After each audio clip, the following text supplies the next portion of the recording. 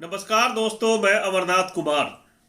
देश को तय करना है कि हम किस दिशा में जाएंगे, आगे बढ़ेंगे। दो राह पे खड़ा है। एक तरफ गहरी खाई है और दूसरे तरफ उज्जवल भविष्य है। देश के आबादी को तय करना है। देश के जो बहुमत है, जिसकी संख्या 85% से ऊपर है, उसको सोचना है कि हमें किधर जाना है। रामनवमी के दिन 3 राज्यों में दंगा हो गया और बहुत बृहत रूप से हुआ, प्लानिंग के साथ हुआ और बहुत नुकसान हुआ है। सरकार को दोषी ठहराया जा रहा है। उसी पर मैं बात कर रहा हूं कि रामनवमी के दिन रामनवमी था या नाथूराम रामनवमी था। आप सोचना जरा कि मैं क्यों बोल रहा हूं, रामनवमी था या नाथूराम नवमी था। गोडसे की फोटो लेके रामनवमी के जुलूस में चल रहे हैं और राम के साथ जोड़ के देख रहे हैं। मतलब तो यही हुआ कि नाथूराम भी राम ही है। गांधी का हत्यारा, आजाद देश का पहला आतंकवादी, उसके समर्थन करने वाले कौन होंगे? एक आतंकवादी का समर्थक कौन होता है? कौन होता है जो आतंकवादी को समर्थन करता है? हमारे भारतीय कानून में यह कहा गया है कि जो भी चोर का जो समर्थन करता है वो भी चोर होता है, उसके लिए बराबर की सजा है। आतंकवादी का जो समर्थन करेगा उसके लिए भी वही सजा है जो आतंकवादी के लिए है। तो इतने सारे आतंकवादी गांधी के हत्यारों के साथ मिला हुआ है और गोडसे का गुणगान कर रहे हैं और खुलेआम कर रहे हैं। मारने के बाद दबी जवान से बोल रहे थे, कोई खुल के सामने नहीं आ रहा था। पिछले 9 साल में सरकार बदलने के बाद और 2019 में सरकार बनने के बाद बिल्कुल खुल के सामने आ गए और खुलेआम गोडसे का गुणगान हो रहा है। तो जब देश में महात्मा गांधी को मारा जा सकता है और उस आतंकवादी को साथ देने वाले लोग हैं, तो देश में पुलवामा भी होगा, देश में दंगे भी होंगे। अलग अलग राज्यों में जो दंगे हो रहे हैं, अब कौन करा रहा होगा और उससे किसे फायदा होता है, आपको समझ आना चाहिए और आपको मालूम होना चाहिए। अब सोचिए, इसको जोड़ के देखिए कि किस पार्टी को फायदा होगा। कौन पार्टी है जो इस तरह की हरकत कर सकता है और कौन है दंगेबाज लोग, कहां पर है, किस पार्टी में। अब सोचिए, कौन है जो रात दिन हंगामा करता है, नारे लगाता है, मारने काटने की बात करता है, एक समुदाय के खिलाफ नफरत फैलाता है। इस बात को सोचिए, फिर आपको सवालों के जवाब मिल जाएगा कि देश किस रास्ते में जा रहा है, देश कहां जा रहा है। देश में हिंदू राष्ट्र की बात की जा रही है। आपको लगता है कि हिंदू राष्ट्र की बात हो रही है? बिल्कुल जातिवाद की बात हो रही है। हिंदू राष्ट्र तो रहा ही नहीं। कौन से हिंदू राष्ट्र की बात कर रहे हैं? क्या नीतीश कुमार हिंदू नहीं है? ममता बनर्जी हिंदू नहीं है? बताइए, आप लोग बताइए, सोच के बताइए। संजय राउत हिंदू नहीं है? उद्धव ठाकरे हिंदू नहीं है? सरकार तो उनकी भी थी। कैसे गिरा दिया गया? क्यों तोड़ दिया गया? कमलनाथ हिंदू नहीं थे? वो भी तो हिंदू थे। क्यों उनको गिरा दिया गया? ये सब सत्ता की लड़ाई है, पावर में बने रहना है। एक गैंग बना लिया गया है और गैंग में ज्यादातर कौन लोग हैं? गोडसेवादी, गोडसे के समर्थनवादी। नहीं तो कैसे हो सकता है? देश का मुखिया खामोश है, ऐसे ऐसे अपराध हो रहे हैं, खालिस्तान की मांग हो रही है और अमृतपाल को पकड़ नहीं पा रहे हैं। कहते हैं कि हम बहुत मजबूत हैं, हमारा देश का खुफिया तंत्र और हमारा प्रशासन बहुत ही जबरदस्त है, तो फिर कैसे नहीं पकड़े? कहते हैं देश के गृह मंत्री कि 2024 में 2025 में मेरी सरकार बनाओ तो हम ये जो दंगाबाज है उसको उल्टा करके सीधा कर देंगे। यानी सरकार बनाएंगे तब उल्टा करके सीधा कर देंगे। दिल्ली में किसकी सरकार थी? दिल्ली में दंगे हुए थे, आप ही के अंदर में पुलिस था, बीजेपी की पुलिस। दंगे क्यों हुए और दंगा कराने वाले कौन थे? चाहे वो कपिल मिश्रा नारा लगा रहा है, अनुराग ठाकुर हो, चाहे प्रवेश साहिब सिंह वर्मा हो।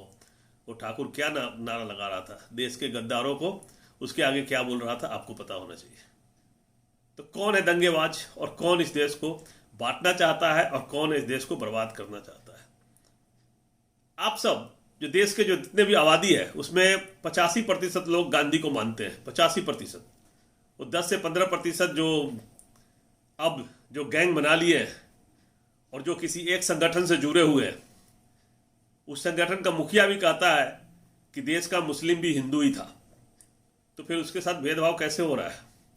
देश का मुस्लिम हिंदू था, उन्होंने इस्लाम कबूल कर लिया, तो उसके साथ भेदभाव क्यों होगा? और जब मुस्लिम के साथ भेदभाव कर रहे हो तो दलितों के साथ क्यों कर रहे हो? ओबीसी के साथ क्यों कर रहे हो? वोट के लिए ओबीसी याद आ जाता है, दलित याद आ जाता है, वोट लेने के बाद उसे ही भूल जाते हैं, उसे ही खत्म करने लगते हैं। आज जितने भी नौकरी है सरकारी नौकरी में, उसमें क्या ओबीसी को नौकरी दिया जा रहा है? एससी एसटी को नौकरी दिया जा रहा है? नहीं दिया जा रहा है। लैटरल एंट्री हो रहा है, घुमा फिरा के इधर उधर से अपने लोगों को बैठाया जा रहा है और भरा जा रहा है। मध्य प्रदेश में पकड़ाया भी है। तो आप सब सोचिए कि क्या हो रहा है। जितने भी करप्ट थे, जो कभी मोदी को गाली दे रहे थे, भाजपा को गाली दे रहे थे, अब भाजपा में है और मोदी के तलवे चाट रहे हैं, मोदी के गुणगान कर रहे हैं। लोगों को होना तो ये चाहिए था कि ऐसे भ्रष्ट लोगों को जेल में डाल देना चाहिए था, चाहे कोई भी हो। हेमंत बिस्वा शर्मा भी पहले मोदी को गाली देते थे, उनके ऊपर भी क्रिमिनल केस चार्जेस लग रहे थे, कहीं कहीं घोटालों में नाम था। अमित शाह कह रहे थे कि घोटालों की जांच होगी, भाजपा में मिल गया और मोदी का गुणगान कर रहे हैं। कोई भी हो, शुभेंदु अधिकारी हो, पहले मुकुल रॉय भी थे जो भाजपा में चले गए थे, और ये जो शहजाद जय हिंद है एक पूना का, ये गाय भी के बारे में जो हमारे देश में एक आस्था बीजेपी है, को गाली देते थे। वो करोड़ों कपिल लोगों की मिश्रा आस्था है। क्या क्या नहीं उसको प्रधानमंत्री कांग्रेस के ने लिए भी गाली recognize दिया, किया किस किस था। तरह की बातें और नहीं हमने की। कानून बनाए थे। विधानसभा के अंदर इस किया, देश इसलिए में उस पर केस सर्वसम्मति नहीं से हुआ, कानून बनाया। और आपको बाहर याद है किया मुगलों होता के तो भी अभी तक जमाने जेल में में। गाय कशी पे ऐसे पाबंदी लोग लगती अब थी। क्या कर रहे हैं, तलवा और चाट कभी रहे भी हैं। कांग्रेस एक बहुत पार्टी बड़ा ने मतलब समझे, ये गौ दंड है हत्या एक के लिए तरह का। मानव हत्या को जायज नहीं जो भी ठहराया। तुम्हारा आज गौ हत्या के नाम पे मानव हत्या विरोधी की था, जा रही अब तुम्हारे तलवे अगर चाट ये रहे लोग हैं, गौ से प्यार करते उसको भाजपा धूल के चटा लोग, के तो रखा अरुणाचल हुआ प्रदेश है और में लोग उनकी चाट भी सरकार रहे है, वहां पे हैं। क्यों नहीं करते? नहीं करेंगे तो जेल चले जाएंगे। तो ये हो रहा है। तो आप सोचिए कि देश कहाँ जा रहा है। आप खिलाफ नहीं कर सकते, खिलाफ करिएगा तो आपको फिर से किसी न किसी से दबाव दिया जाएगा, पेगासस लगा दिया जाएगा, स्पाईवेयर लगा दिया जाएगा और आपको फिर ब्लैकमेल किया जाएगा। आपको अपने पैरों के नीचे रख दिया जाएगा और फिर आप गुणगान करेंगे। यही तो चल रहा है। दलितों के नेता मायावती चुप, खामोश। बिहार में पासवान जी थे, रामविलास पासवान, वो दलितों के मसीहा बनते थे। वो इन्हीं लोगों के साथ मिलकर रहे, बीजेपी के साथ मिलकर रहे, सरकार बनाए। किसके साथ? जो दलितों के विरोधी है शुरू से ही। लेकिन वोट के लिए हितैषी बन के रामविलास पासवान को अपने साथ मिलाकर दलितों के साथ अत्याचार करते रहे। अब उनका बेटा नकली हनुमान बन के मोदी का साथ दे रहा है। वो नीतीश कुमार के ऊपर उंगली उठा रहे हैं, कह रहे हैं कि नीतीश कुमार विफल हो गए दंगा रोकने में, इसलिए उनको इस्तीफा देना चाहिए। अगर इस्तीफा नहीं देते तो राष्ट्रपति शासन लागू कर देना चाहिए। अब सोच सकते हैं कैसे समाज को बांटा जा रहा है दो भागों में। भाजपा ने क्या किया?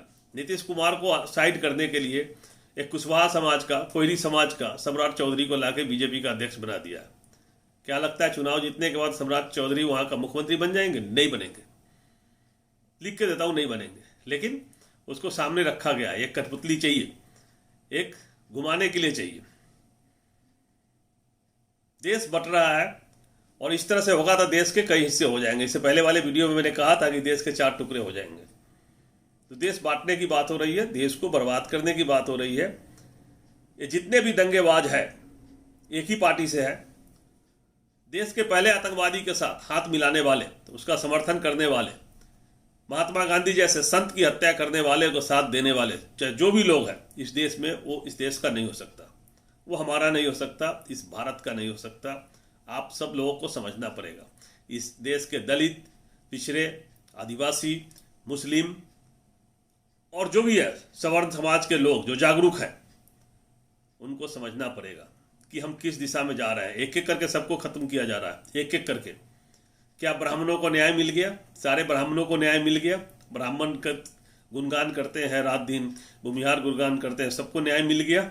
सबको खुश है सब लोग? नहीं है, वो लोग भी गाली देते हैं। क्षत्रिय को भी नहीं मिला, तो जातिवादी में रह के क्या करेंगे आप? क्या मिलेगा आपको? देश ही नहीं रहेगा तो जाति लेके क्या करेंगे? आपको सोचना है। इस देश को आगे बढ़ाने के लिए पढ़े लिखे लोगों को आगे आना पड़ेगा। पढ़े लिखे लोगों को ही एक साथ लेकर हम आगे बढ़ेंगे, तभी इस देश का विकास हो सकता है। अदरवाइज हम विनाश की तरफ जा रहे हैं। कौन हमारा नेता है, कैसा नेता है, नेता कैसे हो सकता है? आपसे ज़्यादा पढ़ा लिखा है नहीं, वो नेता कैसे हो गया? वो आपको क्या राह दिखाएगा? घर चलाना आता नहीं है, घर छोड़ के भाग गया, वो नेता कैसे हो सकता है? इन सब बातों को सोचना और ध्यान देना कि देश कहाँ जा रहा है। देश बचाना है तो आप सबको एकजुट होना पड़ेगा, जाति छोड़ना पड़ेगा, धर्म छोड़ना पड़ेगा, भारतीय होके। और कुछ नहीं तो कम से कम महात्मा गांधी को मानते हैं तो उनके ही समर्थन में एकजुट होकर इस देश को बचा लीजिए। जय हिंद, जय भारत।